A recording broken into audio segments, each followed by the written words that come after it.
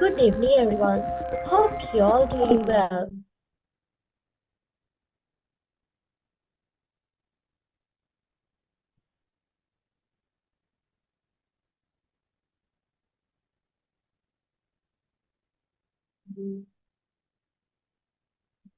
Good evening, everyone. Hope you're all doing well. Welcome to Algo Ace 2.0 Session 1, organized by the IEEE Computer Society Eastern Branch Chapter of University of Sri Jayawardhanapura.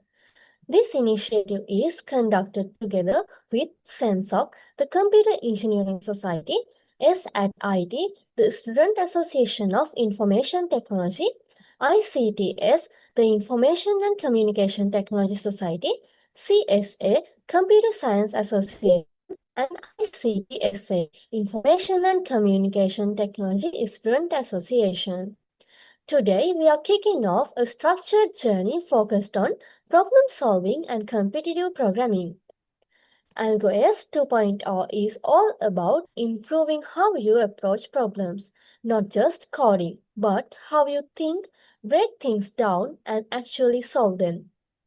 Now, just to give you a quick idea of how this program runs, across all sessions, learning is always followed by application. After each session, there will be a quiz based on what you learned. Recording in We'll progress. have 4 session-based quizzes, and each one will open right after the session. At the end of the program, there will also be a final quiz covering everything. After each quiz, we'll share leaderboards so you can track your progress. Your final score will be based on both consistency and performance.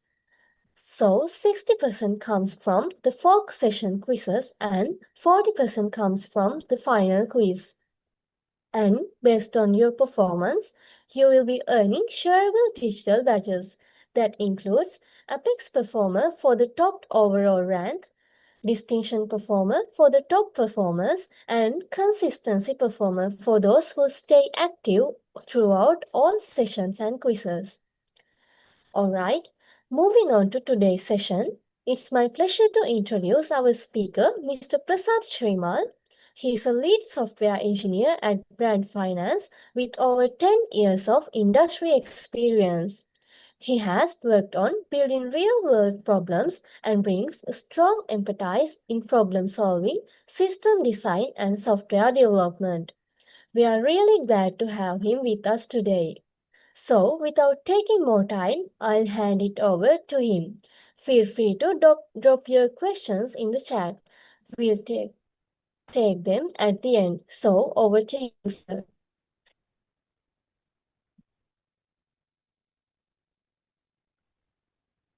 All right, thank you very much. Let me quickly open the camera. All right.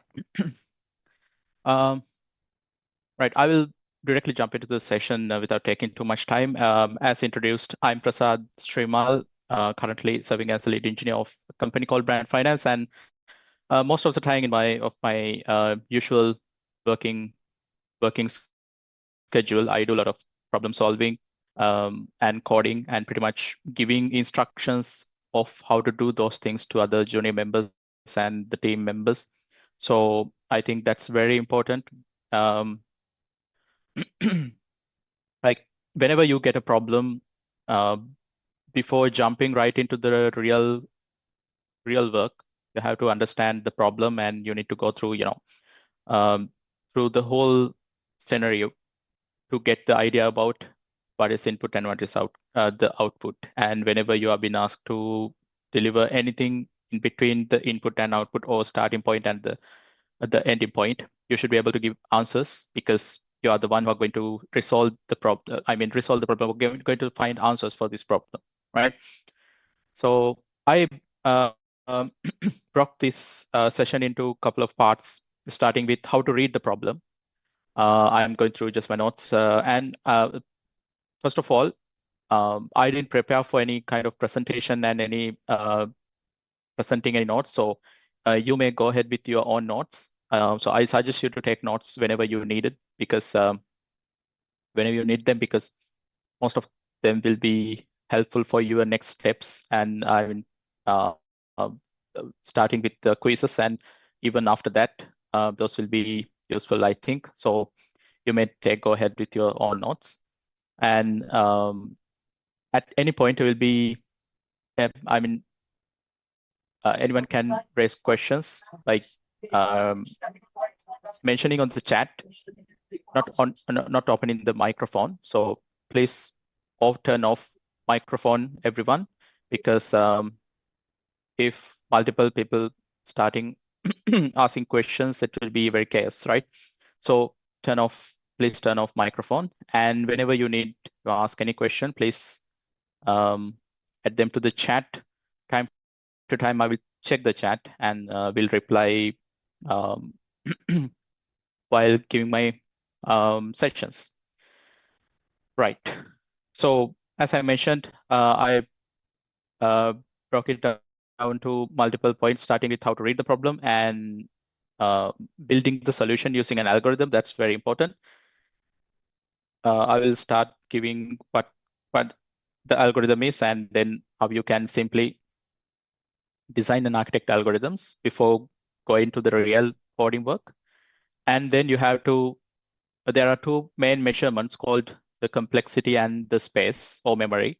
So you have to calculate the complexity and calculate the memory or calculate the space. There are some measurements or some stats you need to give or to give yourself about this problem or the process of problem solving. So I'm planning to work you through that process as well. And then the final part will be some hands-on experience. Actually, not the final part, but while giving you the ideas of the other parts, like I mentioned, I will give you some coding experience as well with some examples. I mainly focus on Python. That's one program language you would use when most of you would use during your academics, because Python is, easy language to start with and to learn with. And also Python is very important if you are doing AI or any AI related or data science related work. And also, I think most of the students who did their A-levels in A-level ICT, they have some experience on Python as well, so it's also good. Right. Um, let's jump into the main work, or the first point, how to read the problem. Right. So assume that you are in let's say you are in a position that you need to understand the problem. You have given a problem to answer, right? Let's start with um, something like this. I'll put it into the chat so everyone can see. Something like you are given an array of some numbers. Let's say numbers equals 0, 1, 4, 5, 8, 9, and let's say target equals 9. Right, I put it in the chat. So let's say you are given set of numbers starting with 0, 0, 1, 4, 5, 8, 9. There can be some other numbers as well. And the target is 9, right? So the problem is, or the question to find the answer is, you need to find the indices of which number pairs or which two numbers are exactly adapted to the target, right? So for example, if you pick 0 and 1, the sum is 2. I mean, sum is 1, right? The two numbers, 0 plus 1 is 1, and that's not the target, and that's not one of the indices, so one of the contributions to get the output as the target. So you have to write a program to find the solution. How many combinations, or how many indices in those numbers or in those in this array that helps to get the final outcome or final total by adding up two numbers, which is the target or 9, right? For example, 4 and 5. You can pick 4 and 5 to get the sum of 9. You can pick 1 and 8. You can pick 0 and 9. And I think that's pretty much it for this example, right? So how to find that? I will leave the actual problem with you, so you can start with this one to find the answer. But we can go through one by one. What are the points that you need to understand before going to the real work or real coding, right? So whenever you are given such, example, the first thing you need to understand is what's the question, right? To clear the question. So you can ask any number of questions. So if you are given the chance to ask any questions, first you should get the clear idea about is the question is correct or is the question is clear for you. So you can imagine the input and output. That's the first step you should go to get the idea clear. So when in any question in the software engineering, you should be able to clearly mention that this is the input and this is the output, right? So that's one of the major principle in software engineering or computer science, where any outcome will have two steps before the input and the process, right? So if you are the one who is going to find the solution, then your major task is the processing part, and the one who is giving the question for you or the problem for you should be able to give the input and the expected output, right? That's how we start. Usually that's how we start finding the solution for any problem. If you get the basic idea and if you get the principle out of this this theory, then you can actually apply these matters to your real life problems as well. Whenever you are given a problem to find the answer, the first thing you have to identify the input and the expected output. It doesn't matter what will be the process, how the process should work. All those things can be found later, because that's your part, that's your job in this challenge or the context or whatever it is. The first thing you should get the idea about what the input is, right? So in most of the cases, I mean, pretty much the 99% cases, whenever the context is there, whenever any kind of challenge is there, these two parts will be given. Which two parts? The input and the expected output. Maybe some set of examples as well. Like in this case, if we get like, what are the indices? Let's say 0 plus 9, then 1 plus 8, and 4 plus 5. Right. As it seems, we have 3 indices or 3 combinations where the total is 9. Total is up to 9. So the inputs are these set of numbers and output is 3. Let's say the output is, the expected output is 3. If there's any other numbers, you can also find them by your own, by taking them to the real coding. But for example, this is only an example, a simple example where you need to find something by giving only the input and the expected output, right? And then let's say now you're reading the problem and you are checking the inputs and output. And then you have to be very careful about how the process should go and how the exact output can come when the problem is very complicated. Because in complicated problems, you have to, you have to go through different kind of examples. We say different test cases. That's the technical word we use. You have to go through different test cases in order to make sure that your problem, I mean, your answer is actually covering the problem. So like you are not going to hard code any kind of dynamic one in your problem, which means any kind of, you know, number that can be changed based on the input. Those are the dynamic numbers. So things that been changed over the input. So those things should not be hard coded. And then you have to have the right calculation in your program, in your process, if you understand the problem very well. And then you have to find the best way to do it. Let's forget about the best way right now. That's my next point. But still, you have to get the right answer for it without having any hard coded number that's not a constant.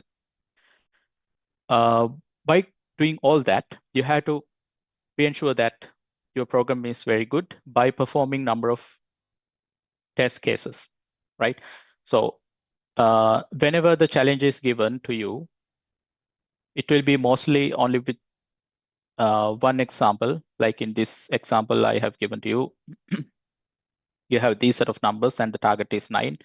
How many indices or how many combinations or contributions there will be to get the final total 9 by adding 2 numbers out of those, how many, 6 numbers in the array. So if you find the answer and if you write the program and if you perform it and if you get the number, I mean the output as 3, then your like first test case is passed, right? Like in this example, since this is very simple one, by looking at maybe it will be only a single line of code, right? It will be using only a single formula, right? Only by taking single input, which is the array, and you can go through the array.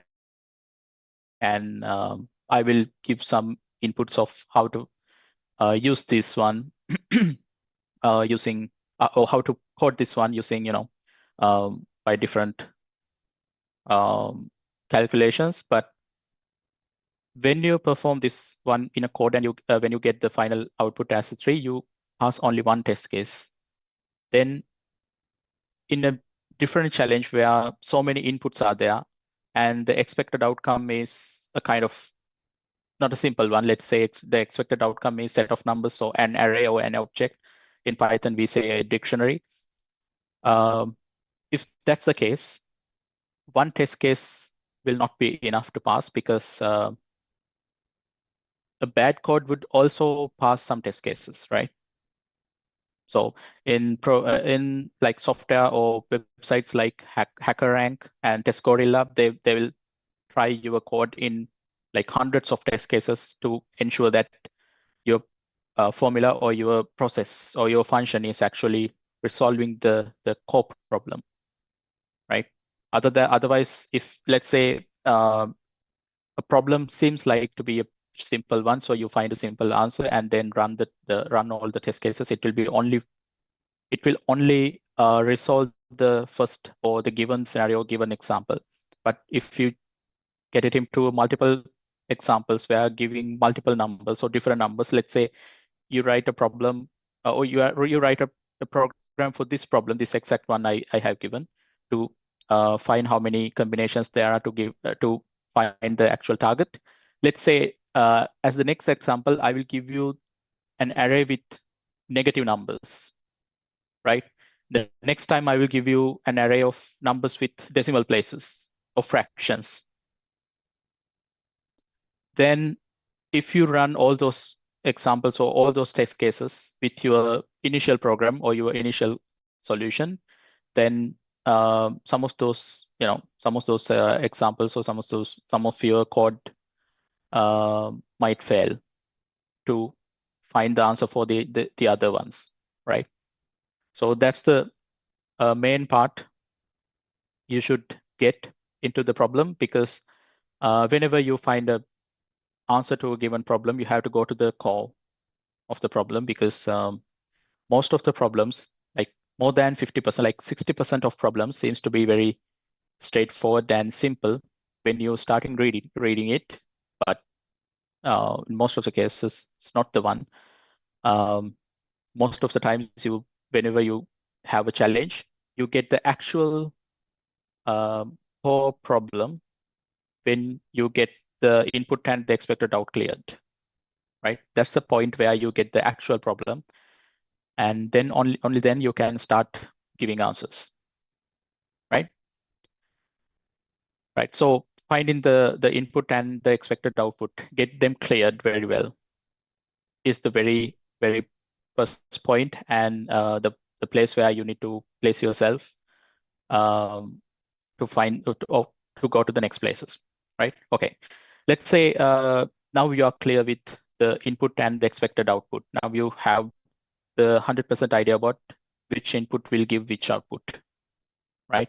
I mean, even in a paper, you can write them down. You can resolve some problems, if it's very simple. If it's not, still taking notes on a paper is something I do usually, because written notes are very helpful for me personally. I'm not sure if that will be the case for everyone, because some people like to visualize them in a different, like in a graphical way, like in charts or something, in a digital way in computers. But for me personally, even I'm a person used to read a lot, write a lot. So in my personal case, uh, take notes down to papers, books. That's the way I used to do it, and I always do. But in any way, taking notes and clearing all the inputs and the process, maybe a rough note about process, and then the expected outcome will always be helpful, right? And then you can go to the second part where you find the constants, right? Because sometimes we feel like there may be some constant that like which kind of constant we can use in a problem, in a um, solution in a problem or in a program. In this example, right, you can say the numbers, the array is called numbers, and the target can be inputs. And if that's the case, let's say I'm writing a function to find the problem, find the answer for this problem. I will give both these as inputs, numbers and target.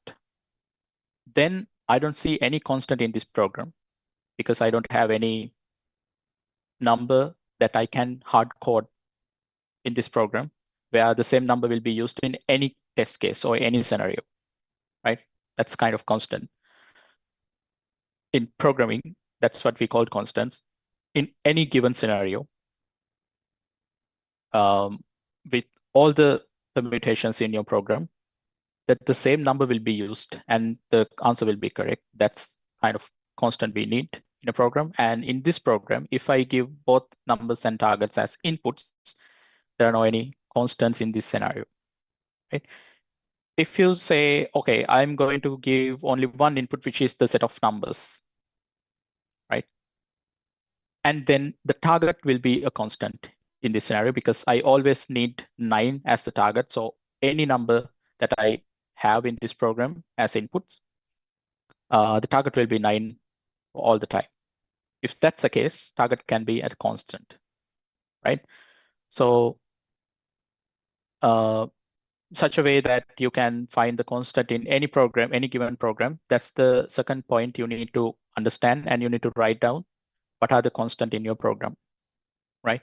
That's you need to find it very carefully, because sometimes in some programs, in like a complex programming, in complex problem, when you are finding a solution to such a complex problem, you could get the wrong idea about the constants, where you get something as a constant accidentally, but those are actually dynamic numbers where can be changed for different inputs, and that will be uh, heavily that will heavily affect to the final answer, and your program will be wrong, right? So identifying the constant will be um, very careful thing you need to do. Let me share my screen. I think I can share the online Python compiler. Let me quickly do that.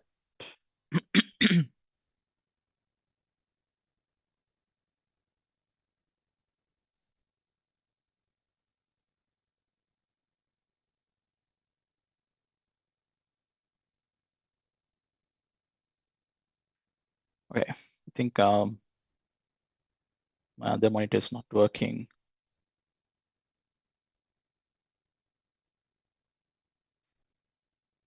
Let me share my laptop screen.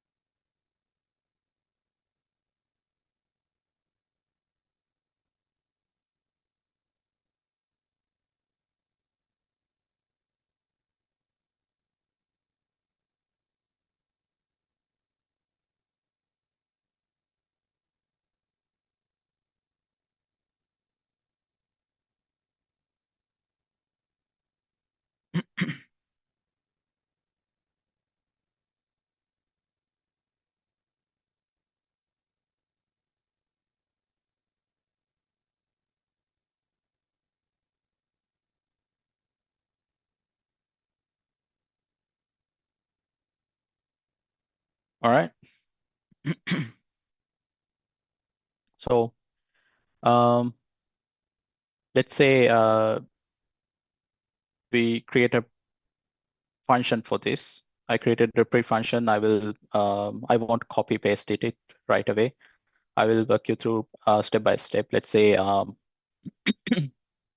in Python, we start with def by when we create a function, and let's say to sum to numbers. Let's say that, and let's say I give both numbers, the array, and the target as inputs. So I will say numbers and target. Right. In Python, we don't use clauses where the curly braces to enclose code fragment into a function. We just use the indentation and the colon. Right. Don't worry about the Python practices. I'm not giving a lecture about Python, just showing the example of how these things work. Right. So let's say I'm going to find how many indices or permutations or chances where two numbers gets the actual target. Then I need, as I mentioned, I need to find constant. So if we take both these as inputs, I don't see any constant here. So then just the process. I'll give a comment here, process, and the output.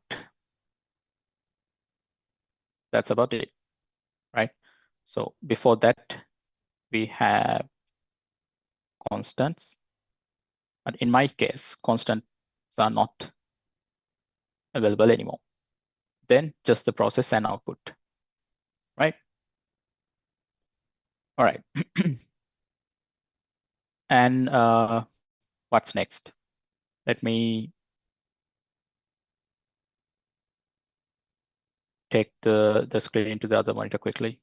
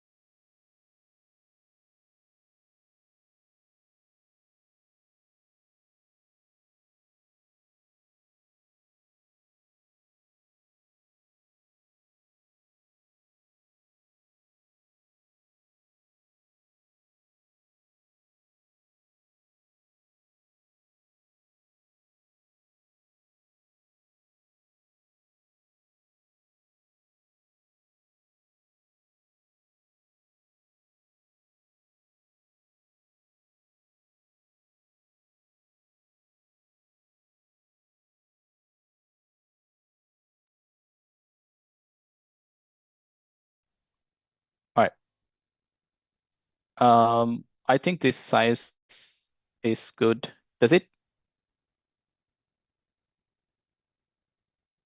All right, great. Thank you for mentioning it. All right. Before jumping into the actual coding part, I want to mention that finding the constant is the real deal here, because if you get them wrong, the whole process will be wrong, right?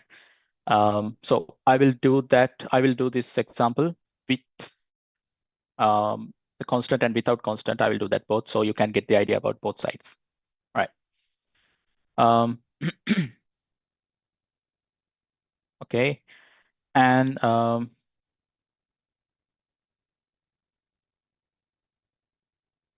the next part is when you are going to finding the solution for a given problem.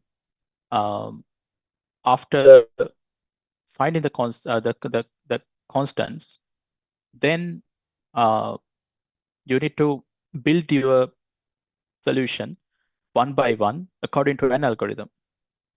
This is the place where the algorithm comes to the stage where you have no clue about the actual process. How should be the process in order to get the expected outcome. Now you have the idea about the input and the actual outcome, so you can forecast which outcome will be there when you give different inputs.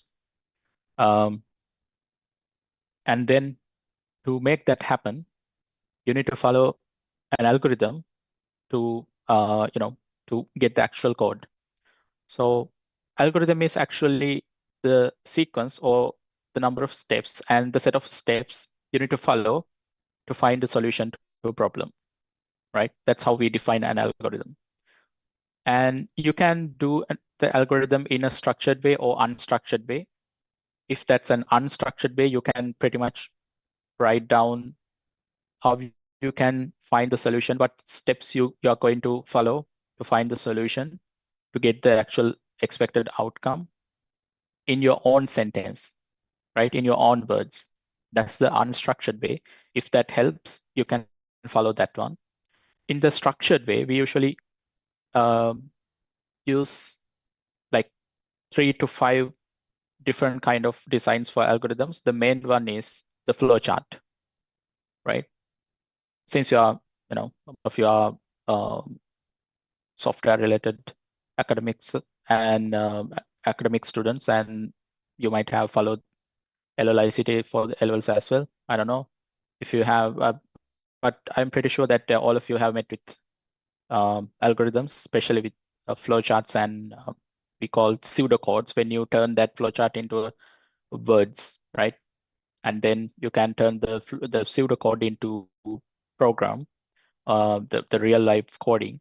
And Python will be best example for the easiest coding or easiest transformation when you transforming or when you're translating the pseudocode into a real code, right?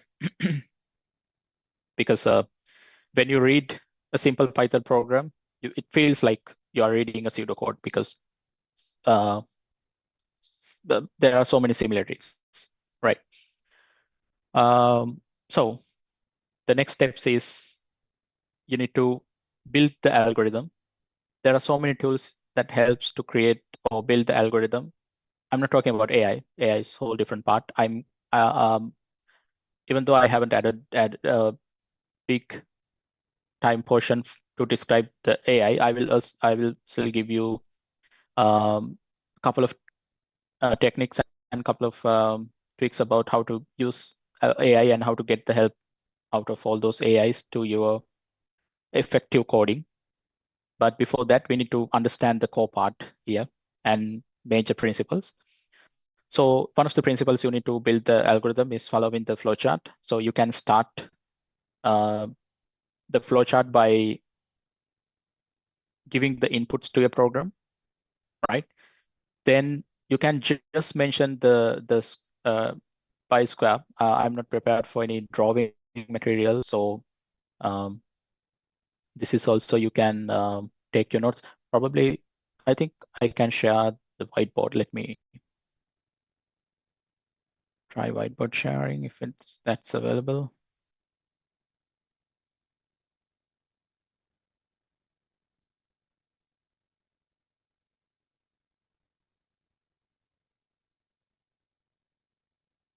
Uh,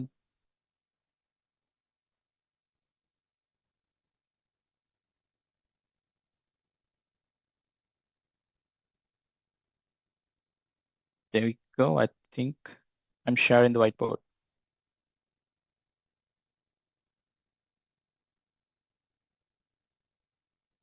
Am I sharing the whiteboard? I think so.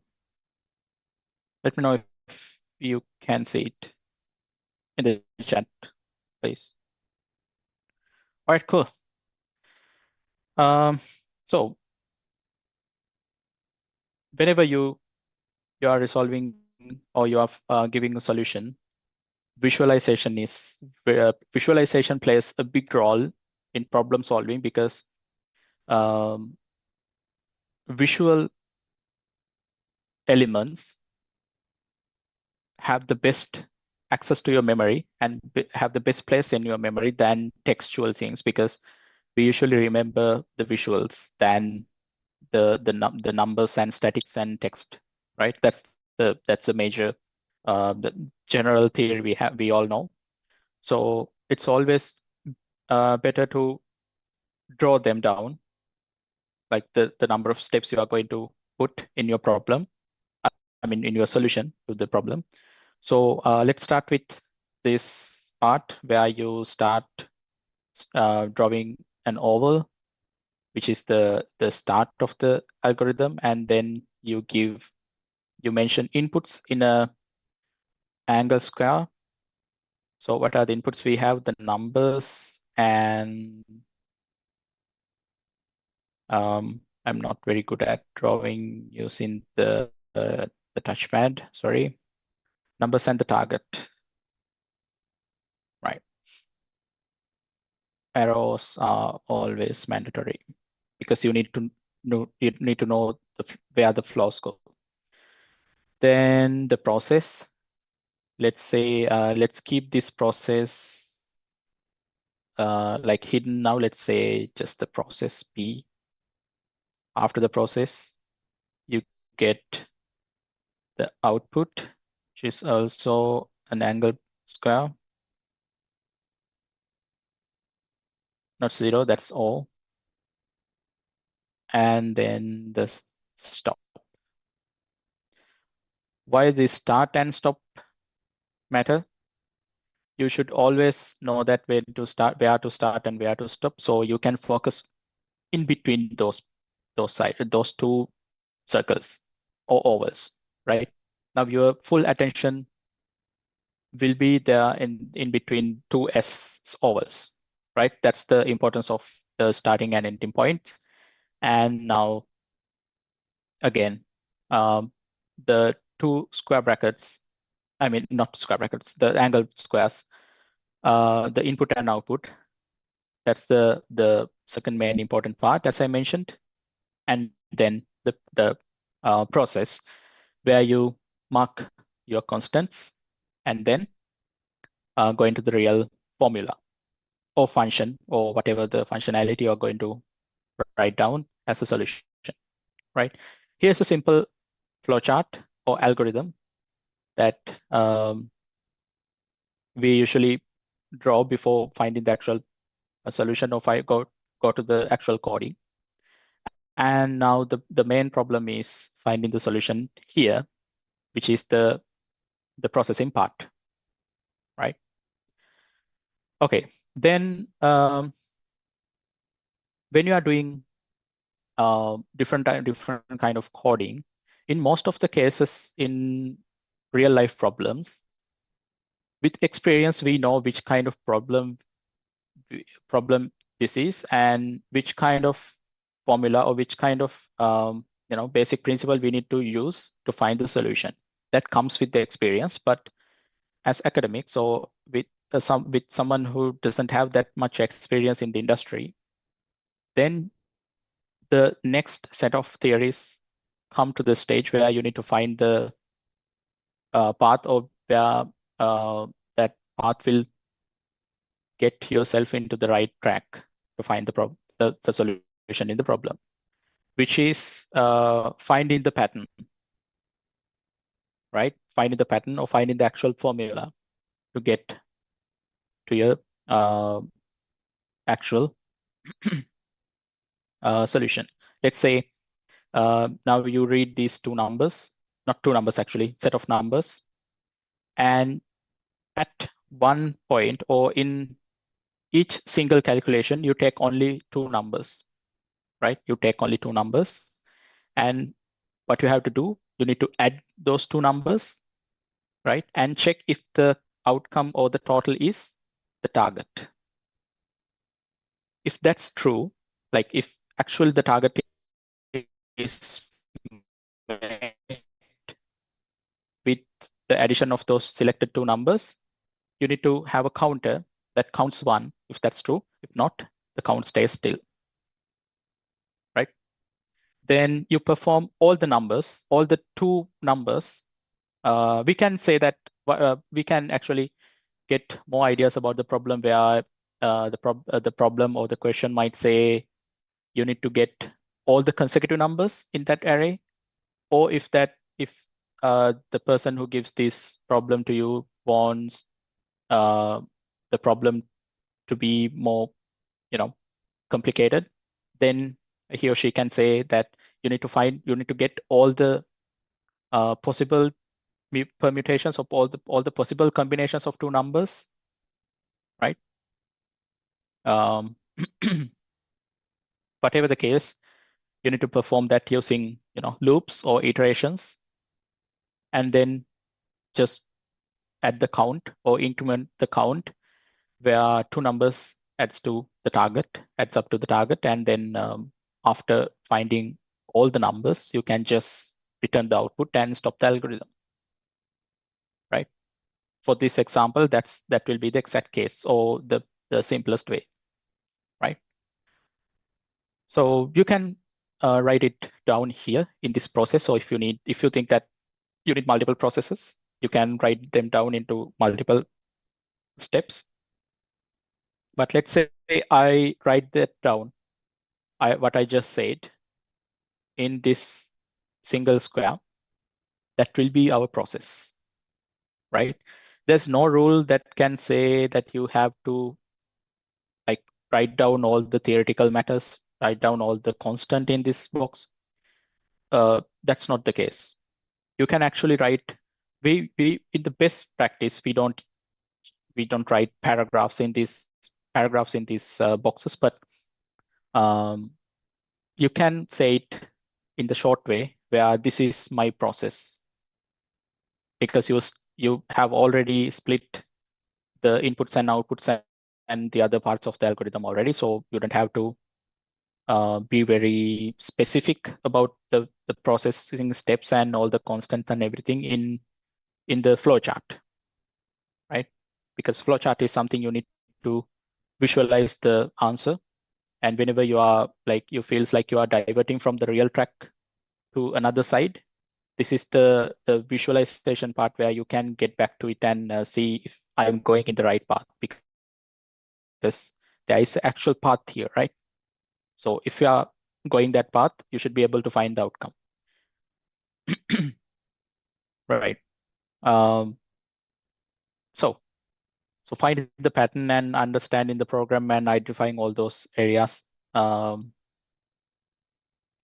the next step. You need to be very careful about finding the right answer, and then you can apply that to find the actual answer for the question, right? All right, let's try to apply that to our problem. Let me stop sharing the whiteboard.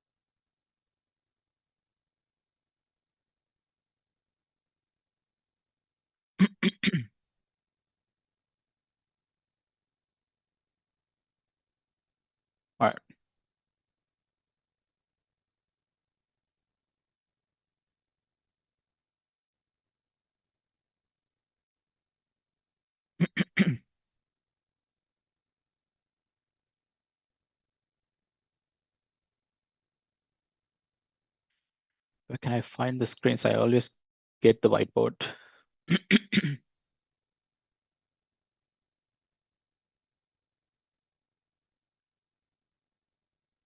Oh, here we go. Right. So what I just said, we have the set of numbers and we have a target, and we go one by one. Let's say I'm replacing this process with an array with a loop. I'll pick for loop. We usually use for and then pick the variable. I will say number in numbers. So I will pick one number in these numbers, and then I need to pick the next number if I'm going with consecutive numbers, right? So I will do the next number with, let's say,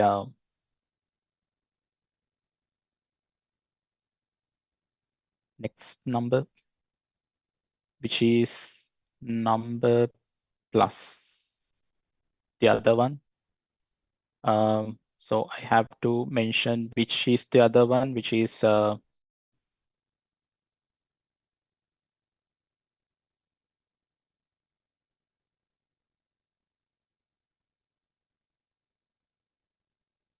this one, sorry. I'm not in a index loop. Let me correct this in range. Or not its range. I can just go to pick like another one.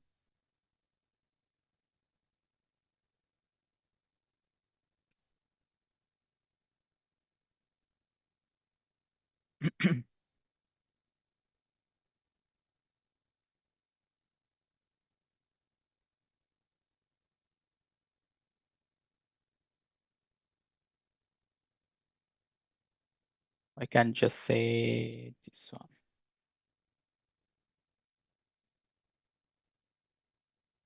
Not two consecutive numbers, but by picking the first number, I can then check all the each numbers.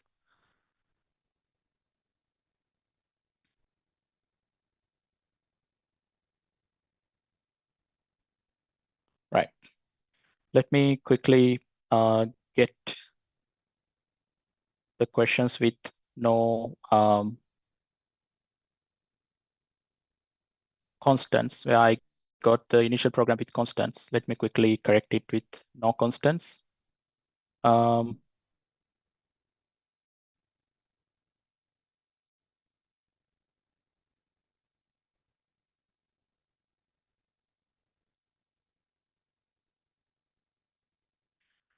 I can show you both answers with constants and without constants. Right, here we go. So I get the count first. This is a const, not a const actually. This is the counter where I increment whenever I get two numbers that adds up to that add up to 9, or whatever the target is. In my example, which is 9, right? Then I can get a const. This is not actually, again, not a real const, where I get length of numbers, which is the length of this one. So it's still not a constant. And then I do program in range. Let's say number. Now this is not a number. This is an increment in range n, which is the length of the numbers, which is the length of the array. And then I can do the next number using another range, which is this one, and plus one, which is the next one, up to n, where it goes to the same number of items in this array, right? So this means I means starting with 0 and picking each number. Let's say we have I'm doing this one to just show you what I added in the array numbers and the target.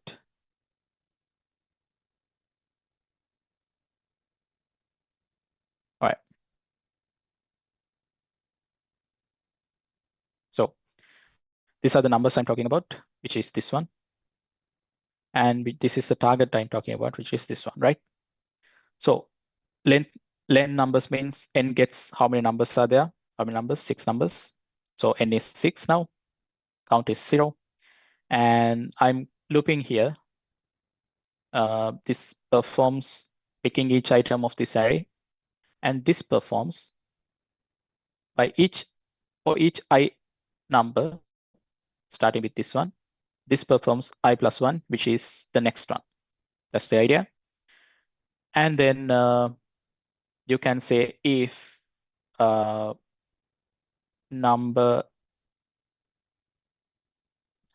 which is this array, I, which is the ith element in this array, starting with 0, which means the actual 0, plus the next number is j,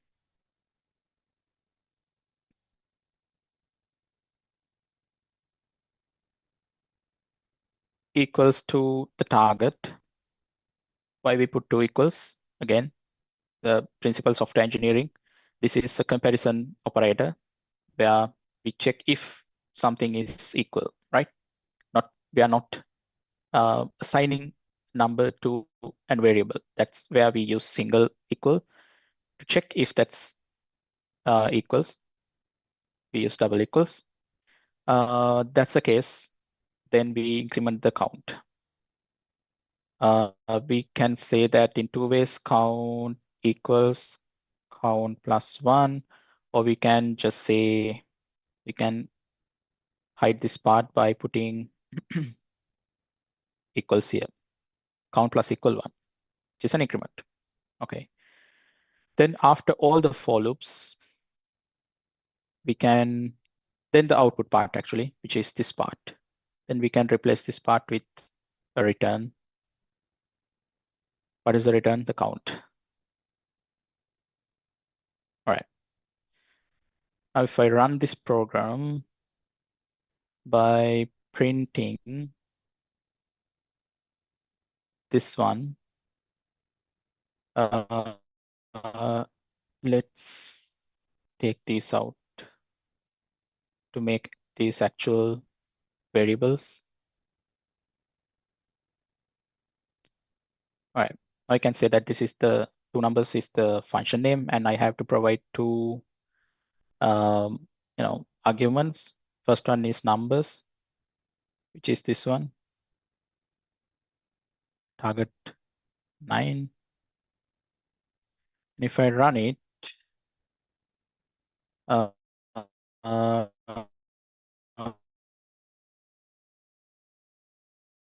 they say?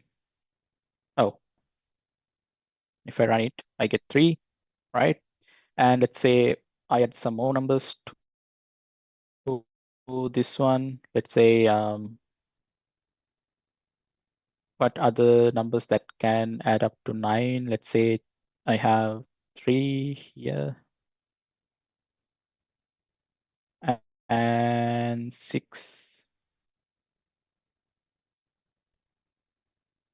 That's also 9. And if I have, if I have all the numbers up to 9, then 7 and 2 makes 9 as well. Now if I run this one, I get 4, which is 3 and 6, right? So likewise, I get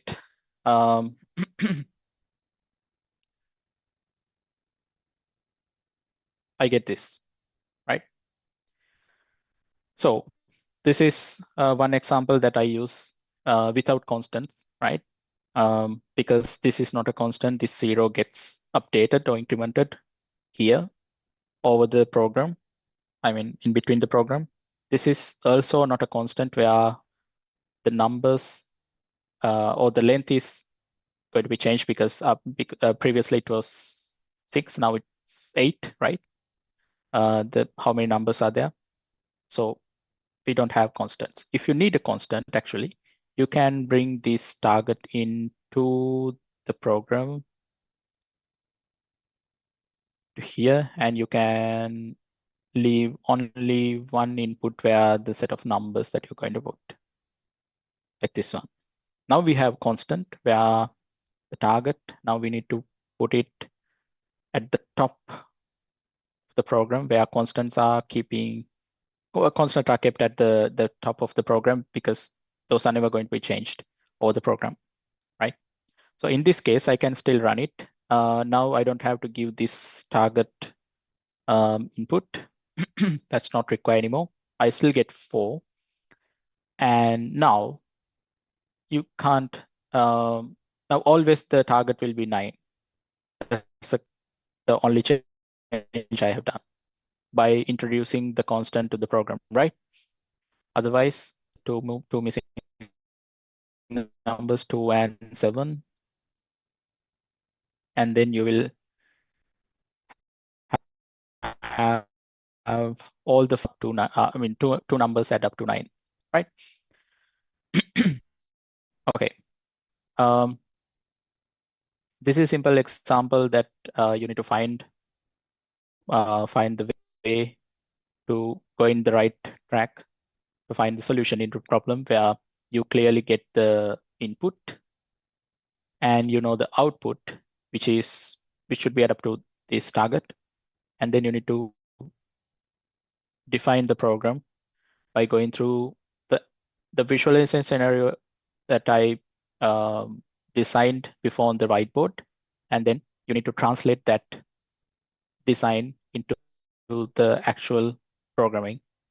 And when you do the actual programming, only then you need to educate yourself with the programming concepts, right? Before that, that's the major steps that you need to follow by your own, experience and the tactics you identified or learn with how to read the problem and how to find the steps to go to the actual answer, right? That's the major case that I need to highlight during this session, where jumping directly to the programming doesn't save you time, doesn't save you energy, doesn't save you everything that you need to save while doing a challenge, because finding the problem, first reading the problem very well, and then finding the actual number of steps, which is the algorithm actually. So getting into the right algorithm saves you everything, right? That's the main point you need to get. So in order to get in the perfect algorithm, then the number of steps what I mentioned, you need to find the input and output first, and then after getting them cleared, then you need to find, is there any constant you need to use? Because without constants, the whole problem will be in a chaos, because constant will lead you to the actual calculations and the actual outcome if there is any constant. If it's not, probably you are in a simple solution or in a simple given problem. So you need to find the simple solution. So then it will be just the problem solving actual part or core part, where you need to find the solution or this formula or set of formula, right? All right. I will then quickly go to the next part where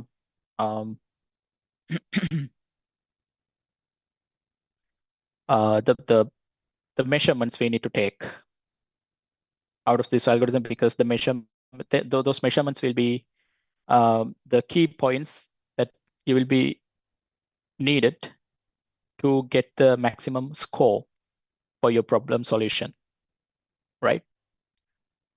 Because this might not be the best solution for this problem, right? This might be one of the solutions in this problem where there are so many other solutions that can be helpful to get the same answer by performing very well than this, or by saving more space or saving more memory than this one, right? I will leave that with you to find a better solution for this one, because I have already given one solution for you. And then this session is already recorded, so you can get the recording and you can follow these exact steps and you can find the better solutions after I'm giving you the other steps as well. So the first one is the time complexity, right? How to calculate the time complexity? That's I can't really say that this is that's an easy one or hard one. For this one, this might be like a moderate one or easy one to find the actual, the time complexity. But in a complex situation, finding the time complexity will be a difficult one. But it's not up to you always. That's not always the case where it's not up to you to find the time complexity. But if you find it, and if you have another idea to get another way of solution to get the same answer, but the time complexity is better than the previous one, then you need to go to the new one or the latest one, right? Or the one where the time complexity is best. So what is, again, time complexity? That's the number of, let's say this way. That's the number of steps or number of loops where your program performs to find the solution, right? So number of loops, how many times the program run, or how many times the program run through a separate set of codes to find the problem, find the answer to the problem, right? That's basically the time complexity. And the measurement, or the unit of measurement is O. We say big O. That big part came from the complexity of the algorithm, but so we say big O. So how to find the big O? You need to go through the algorithm, and you need to find how many loops are there mainly. And inside that loop, how many nested loops, or how many times you need to break the code into. If you write that all the loops into a paper, let's say, how many lines or how many set of loops you will write down on a paper. That's the time complexity we usually use. In this example, constant doesn't play a role in the time complexity. So constant doesn't take any actual step in the time complexity calculation. So constants are ignored. These are also single variables where these are also ignored. We have for loop, another for loop, and if condition. So while going through all these statements, we have only one calculation, right? This is the only single calculation we have in this whole program, where count gets one increment if all these cases are satisfied. All these three cases are satisfied, right? That's the basic program we have right now, where we have only one formula or one calculation where we add one to the count if all these three cases are satisfied. All right, so let's go one by one. What is this for loop does? What this does, which is going through each and every item in these numbers, right? So for each number in this array, it performs the whole this part, right? That's the idea. So we have n number of items in this array. So we can say that for this loop, the time complexity is n. If we say the number of items in the array is n, in this case, it is n here. So n is how many numbers in this array. So we can say that the time complexity, I will write down here with hash, which is the comment line in Python. For the first I loop, the time complexity is n, right? Because there are n number of items in this array. Then what it performs, the next item, another for loop where j comes to the place and it performs also up to n, right? This is actually, this should be n plus 1 because there's an issue with Python where if you put something here, it will go one before the mentioned one here, up to one before the mentioned number here. But in this case, to compare two consecutive numbers, you don't have to go to the very far end. But still, if you put this one, you will get the same outcome. So if that's the case, we can say that for this array, I mean this loop, it's also n, because in this for loop, which is in J, you still go from you still go through this array, right? For J loop, let's say we don't say n, but m, why? This starts with 1 after I and ends with 1 before n, which is the length. So this is the range I'm highlighting in this this first line. This is range that belongs to the second loop, where this is the full range that belongs to the first loop, right? So this is n and this is m, but in time complexity calculations, we don't use different variables, right? We don't use different variables for different one. We altogether say n again, that become n to the power 2. In this IDE, I can't really do that. So I will do this one, n to the power 2, right? The idea is the program will run twice in the same loop to find the actual problem, the actual answer for the problem, right? And then what's next? We have if-else statement. I mean, actually, we only have if statement. Altogether, we say if-else statement where there's a check just before performing the actual formula, but this check happens only one for each loop. So that doesn't come to that doesn't affect to the algorithm, or that doesn't affect to the actual big O calculation.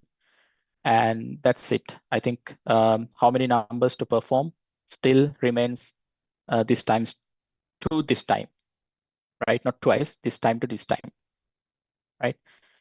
If that confuses you, why I didn't use n into m, where those two are different. Let's say I perform the same number here plus 1, where the second loop has the exact same range now with the first loop. Still, it performs the same one and still it gives the same output. But just for one time, two times actually, unnecessarily, it performs 0 plus 0 and 9 plus 9. That's the only difference it does, where I perform the same set of numbers by two loops. But now the big connotation calculation clears that the same n will perform by itself, where n to the power 2, right? And that's the end of the logic. So the final big connotation is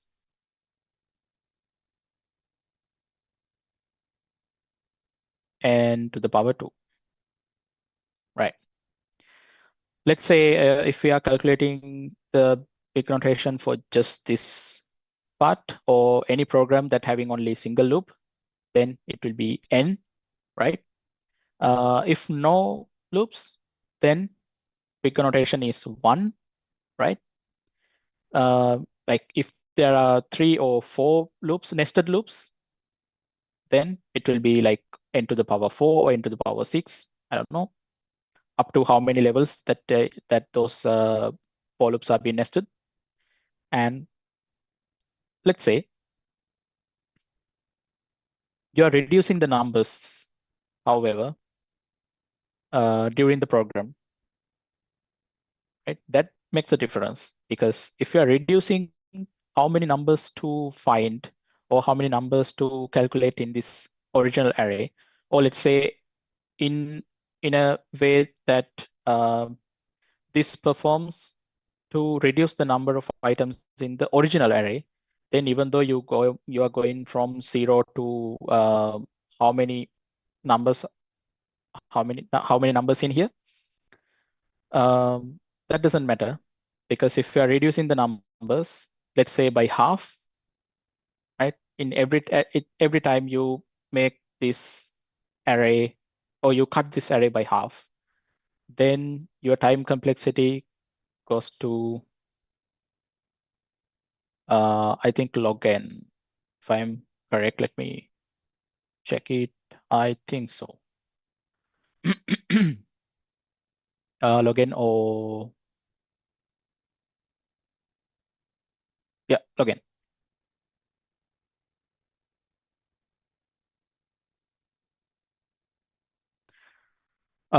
So the bigger notation will become log n if you cut this array into half by every time you're going through a loop, right? So in that, there are so many cases like that. You can represent the bigger notation, but keep in mind that like 1 is always better, right? N is the next, n to the power, or how many powers for this n will be making it worse. And log n is like something like you need to compare with something else to say that if it's better or worse, right? Because it's always be comparable. But for 1, you can directly say that that's the best case. For n, the best case after n, I mean after 1, because 1 is always the best case. If you have multiple nested loops, increasing the nested loop makes that program worse in terms of performing, and also for the memory space as well, right? So you need to keep mind that and be careful about this n notation or bigger notation, where if your solution have only 1, that will be the best case. But for most of the complex solutions, you can't keep it at 1. But if you can keep it at least at n, then it will be also good. And if that's not possible, if you have to go for n times into multiple times, then go for it, but always keep it less. And then log n, it will become a comparable situation where you need to compare log n with another one to say that if it's not good or good, right? A simple solution I have given to you.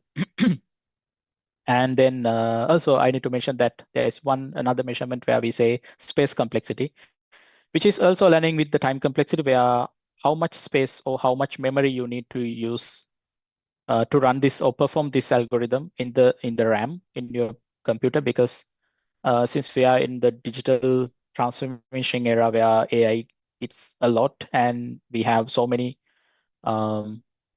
things to consider, where data is getting into a critical place, where I mean right now data is pretty much valuable than gold right now, because data does everything, data finds everything, people are running through data, right? Everything now is rely on data, right? Depends on data. So data is everything. So we need to find a better solutions to store data, because now most of the data centers are getting overloaded. So people need to find different places, different parts on the planet to place new data centers. That's becoming a real case now, which is a completely different discussion. But when it comes to a single solution, something like this, we still need to find now a better algorithm that consume less memory, so you can perform well and you can perform multiple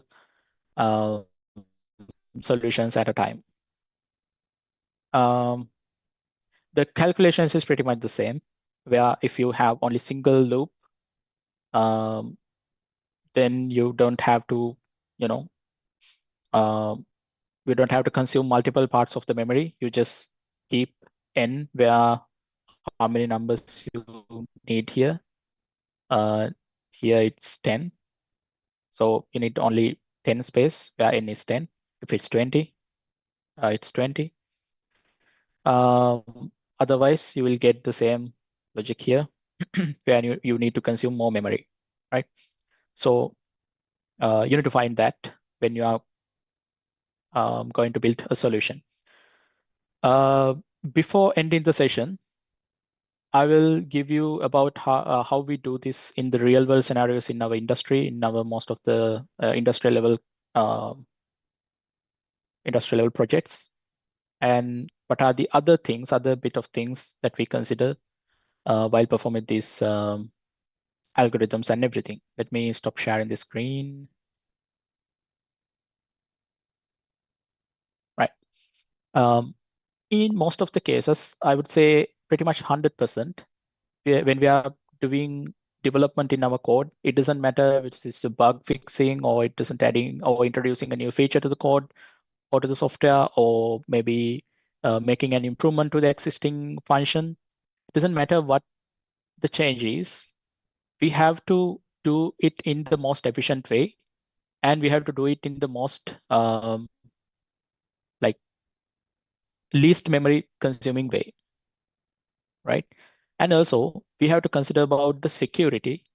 The data security comes first, because now data is always the key critical thing where you need to hide them, where you need to encrypt them, you need to keep them in the best place where no one can access it other than you. Because if you lose some data, where if those data can lead someone to access your, your main critical places, you will be ended up in a huge case.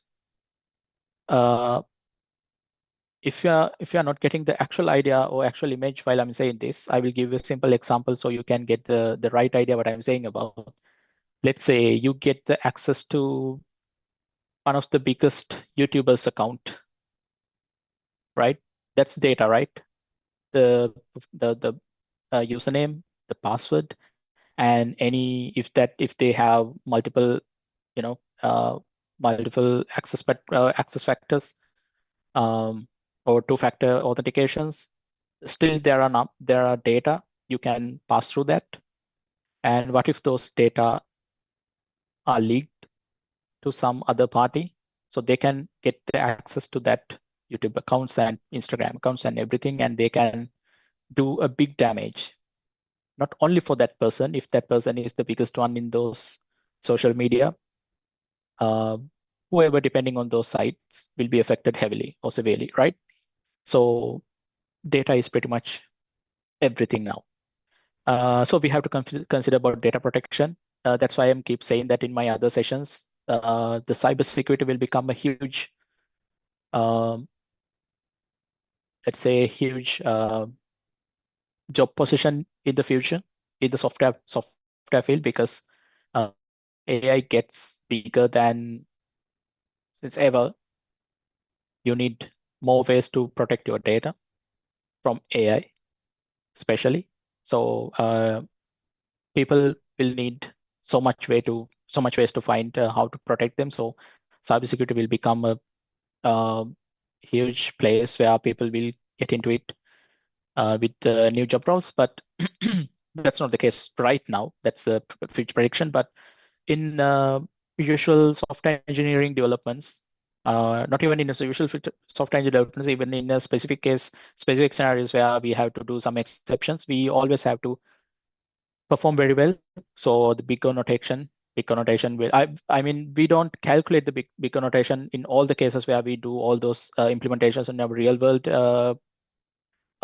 industrial projects. But we always have to make sure that the program it runs in the best way, right? In the most efficient way. To make that sure, we can get the help of AI. I mean, we don't write code using AI. We write our own code and we let the AI um, perform that uh, does it run in the efficient way? If it's run the efficient way, ask the question from AI if it runs the efficient way or not. And if it's not, just give me the suggestion, something like that. That's the way we usually use AI to get things into a more efficient way. But still, we own our code. So whatever the bug, whatever it comes, we have our own solution. And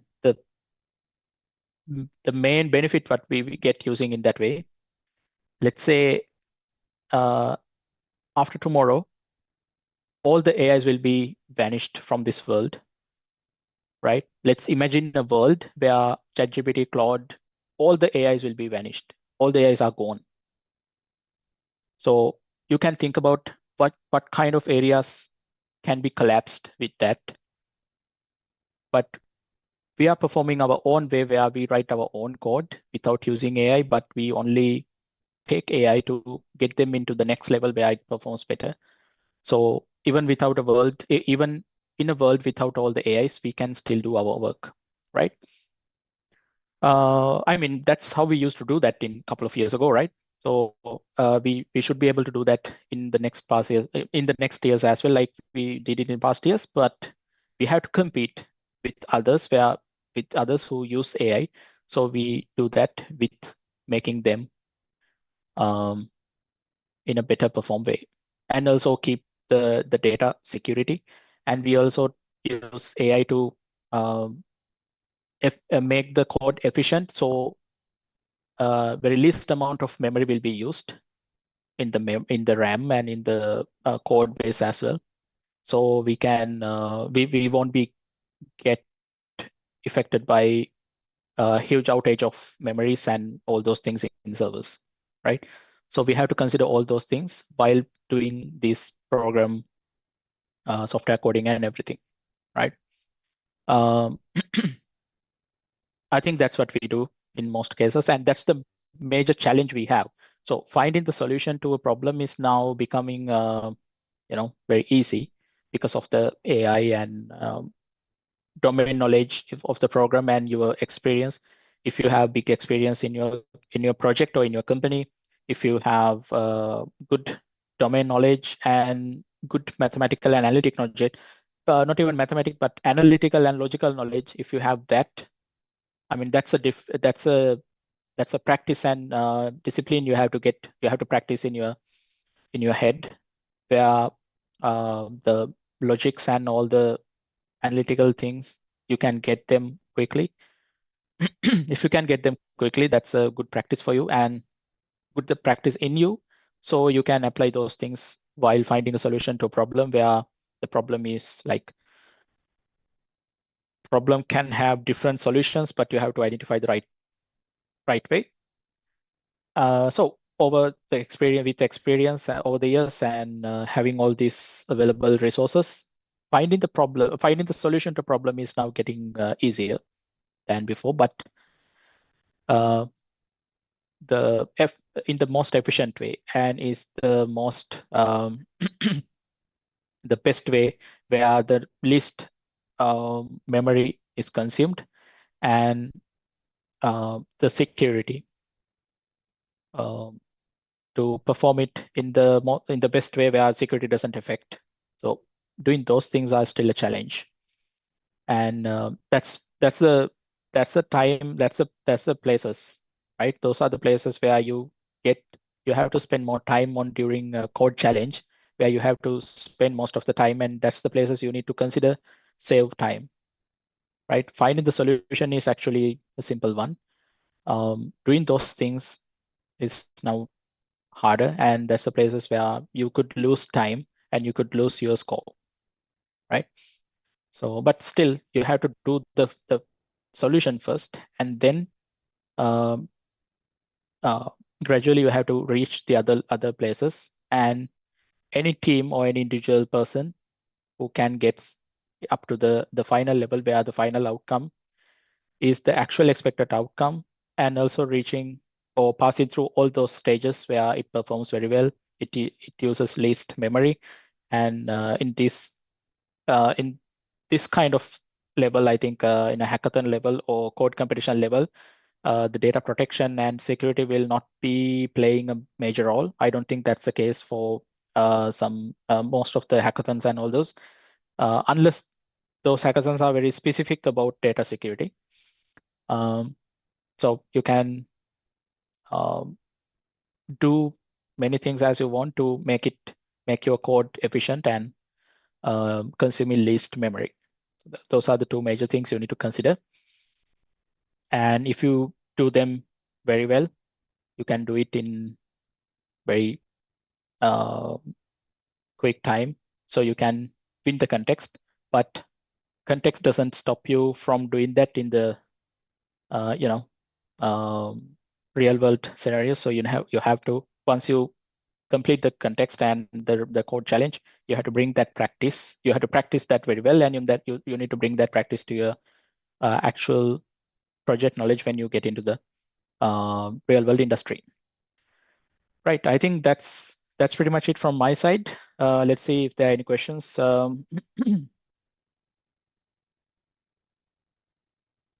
There's one question. So could you please explain about test cases? How we write test cases? Give an example for that. Okay. So, like I mentioned, in software like HackerRank and TestGorilla, and there are so many other software that you can practice yourself for this problem solving and all those things. They give you like hundreds or maybe 50 of test cases. Some of those are hidden, so you can't see actually the input and output, but there is a test case that runs through your program and check if the given inputs are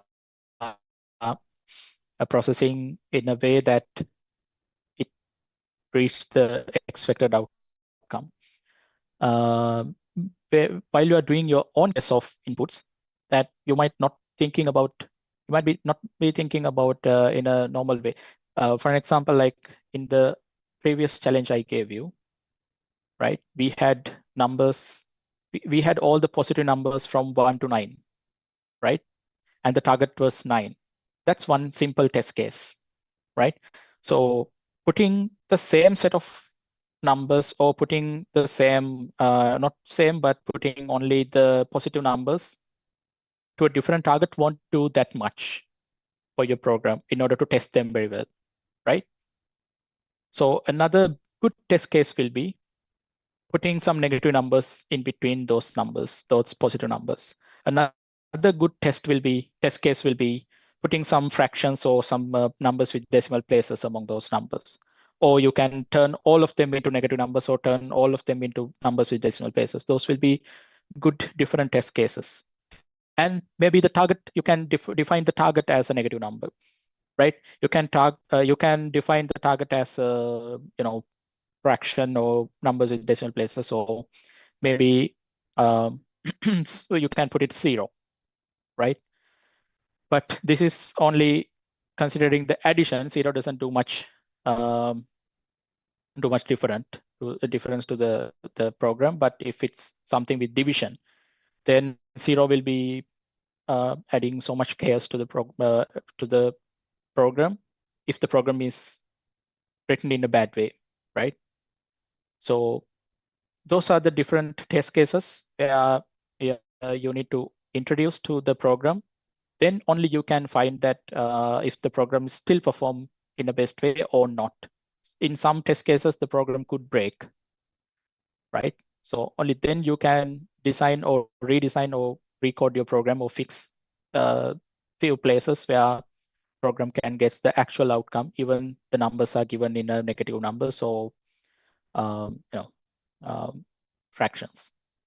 So that's the way you need to define the test cases where no one can think about the problem, right?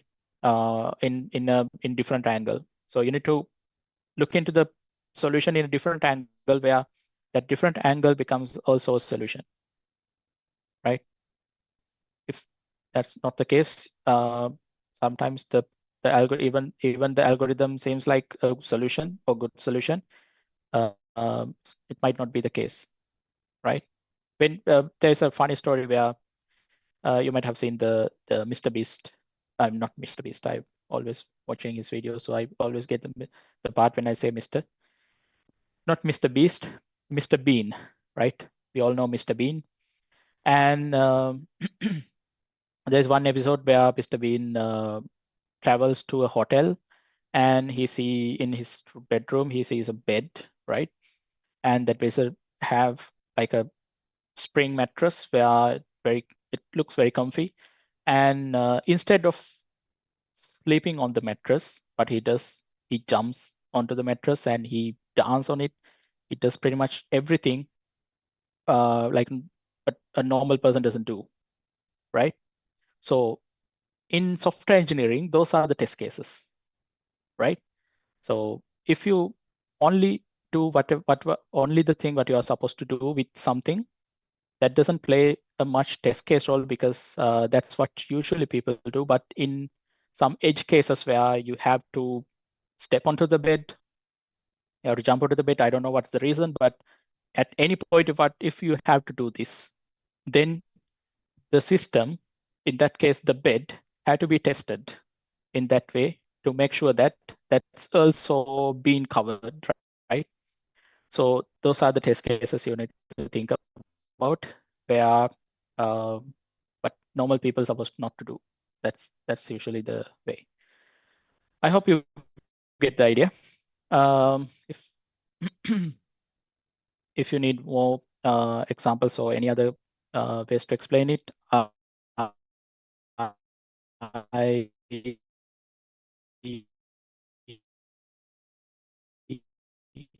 I think I have already given the address, and you can give any other questions or any other inquiries through the email. Right. Any other quick questions? If check with the organizer for my email, and I'll reply to all the questions. Yeah, one more quick question. With the rise of AI, is mobile app development, example Flutter, still a valuable field today? I'm asking because of the growing AI involvement, and I solicited to know more about those opportunities. All right. So with AI, there are so many questions we don't have right answer at this moment. There are so many questions that have been raised because of AI that already have solutions, but still people asking questions about that without knowing the actual answer, or uh, um, being very cautious about those problems or finding answers for those problems real time in the internet. Um, right. So AI has so many areas that have been covered, that looks covered, but 100%. I don't think that will do in the near future as well, because um, the easiest example that I can give you is, do you accept any kind of medicine suggested you through ChatGPT? Like if you symptoms, what's the what is the likely to be the illness, and what is the medicine? And obviously ChatGPT will give you some medicine. Do you use it? I don't think so, because you still value the real world physical physician, or um, any medical personnel. You still value that experience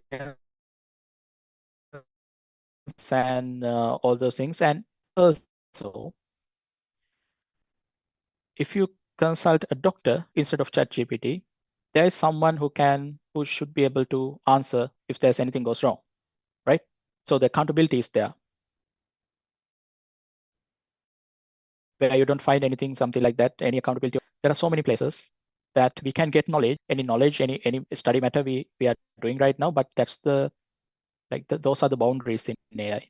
After that, we have to perform our own way. So the quick answer will be, in the near future, I'm not sure about I can't forecast about like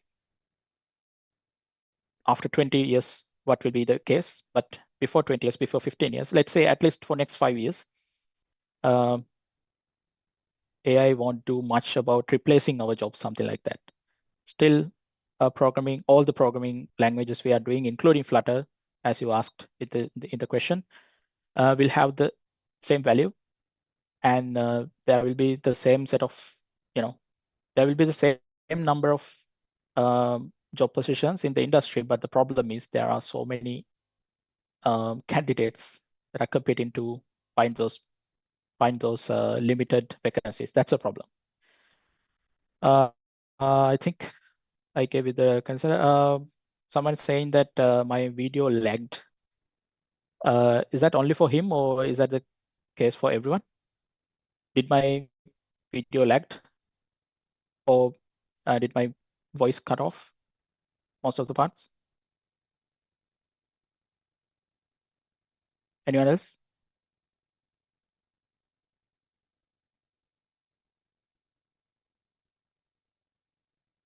No? Was it clear through the whole time?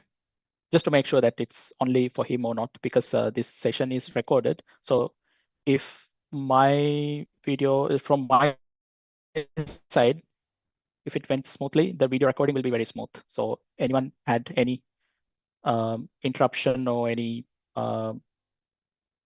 lag because of internet connection from your side, the video recording will be helpful. All right, I think it will be, oh yeah, I was clear and audible. That's great. So the recording will be helpful. All right, thank you very much, everyone. You can pass all the rest of the questions through my email. Thank you.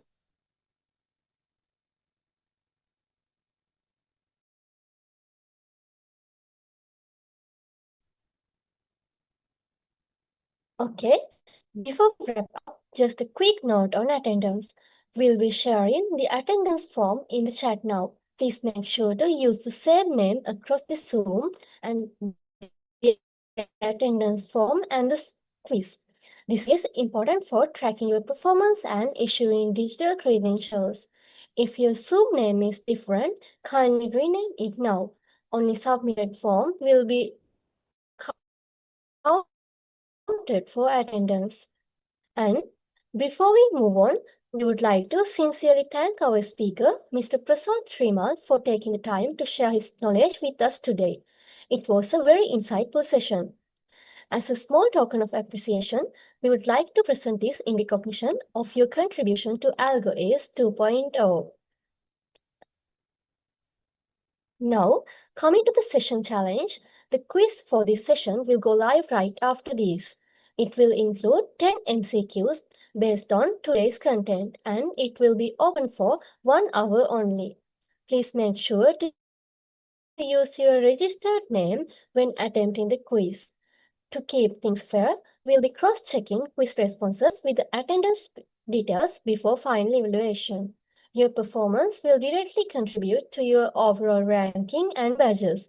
Now I'll invite Amin from the program committee to guide you on how to access and attempt the